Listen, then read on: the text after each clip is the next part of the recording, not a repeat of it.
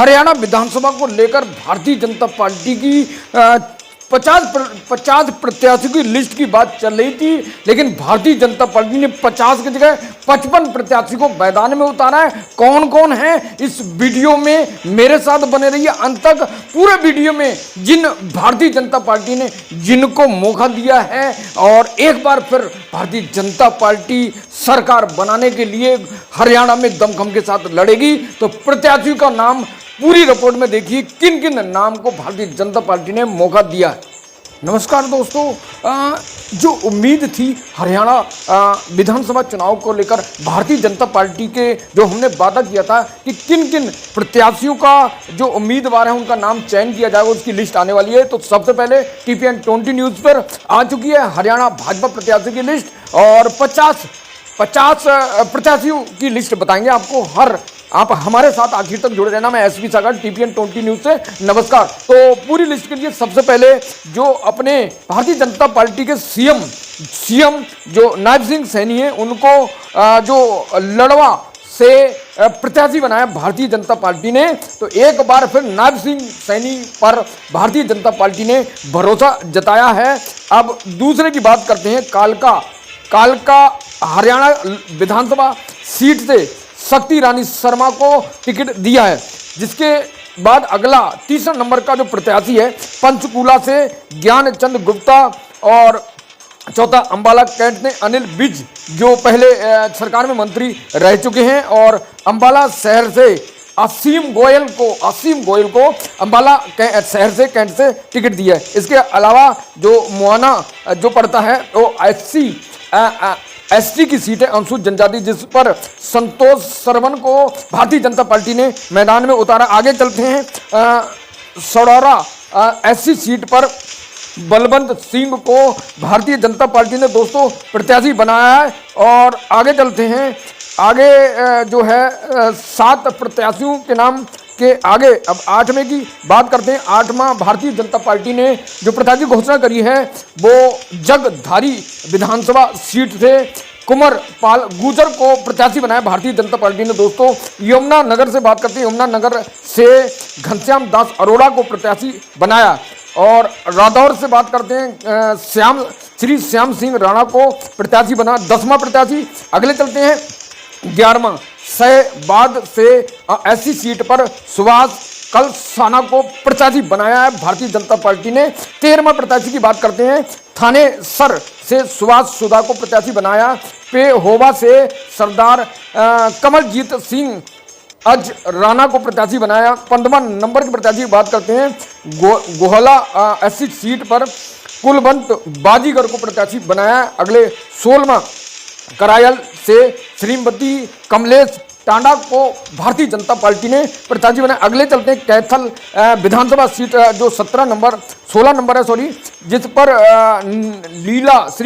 लीला राम गुर्जर को प्रत्याशी बनाया। 17वें की बात करते हैं, जिसमें नीले खेड़ी SC सीट पर भगवान दास कबीर पंथी को प्रत्याशी बनाया है।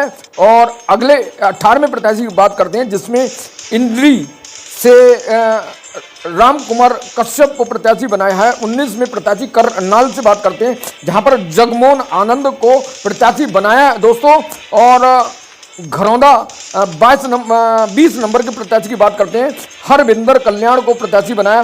पानीपत ग्रामीण की बात करते हैं। 21 नंबर मईपाल टांडा को प्रत्याशी बनाया। अगले 25 नंबर का प्रत्याशी दोस्तों पानीपत शहर से प्रमोद कुमार विज को प्रत्याशी बनाया। अगले 23 नंबर का प्रत्याशी की बात करते हैं, जिसमें इस राणा SC सीट पर कृष्णपाल तंबर को प्रत्याशी बनाया दोस्तों।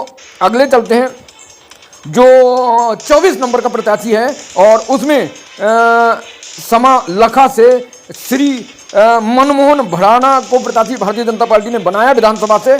और देखते हैं कि ये इस बार कमल को खिलाने में कितना कामयाब होते हैं। 25 नंबर के खरखौंदा SC सीट पर पवन खरखौंदा को प्रत्याशी बनाया। 26 नंबर भारतीय जनता पार्टी ने सोनीपत से निखिल मदान को प्रत्याशी बनाया। अगले चलते 27 नंबर का गोहाना से डॉक्टर अरविंद शर्मा को प्रत्याशी बनाया दोस्तों। 28 नंबर सफी 2 से श्री कुमार राम कुमार गौतम को प्रत्याशी बनाया।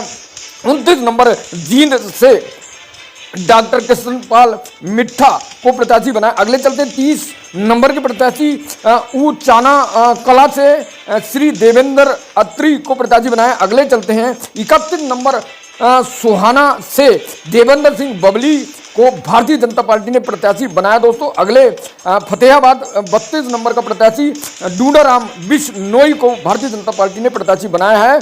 और अगले 33 नंबर पर रतिया एससी सीट पर श्रीमती सुनीता दुग्गल को प्रत्याशी बनाया है। और 34 मां कला बाली से ऐसी सीट पर राजेंद्र देसू जोधा को प्रत्याशी बनाया है। और 35 नंबर सीट की बात कर लें, यहाँ से रनिया से शीशपाल कंबोज को भारतीय जनता पार्टी ने प्रत्याशी बनाया। दोस्तों आदमपुर से भव्य बिश्नोई को प्रत्याशी बनाया है। दोस्तों अगले चलते हैं 37 नंबर का उक लाना ऐसी सीट पर अनूप धानुक को भारतीय जनता पार्टी ने प्रत्याशी बनाया। दोस्तों आगे चलते हैं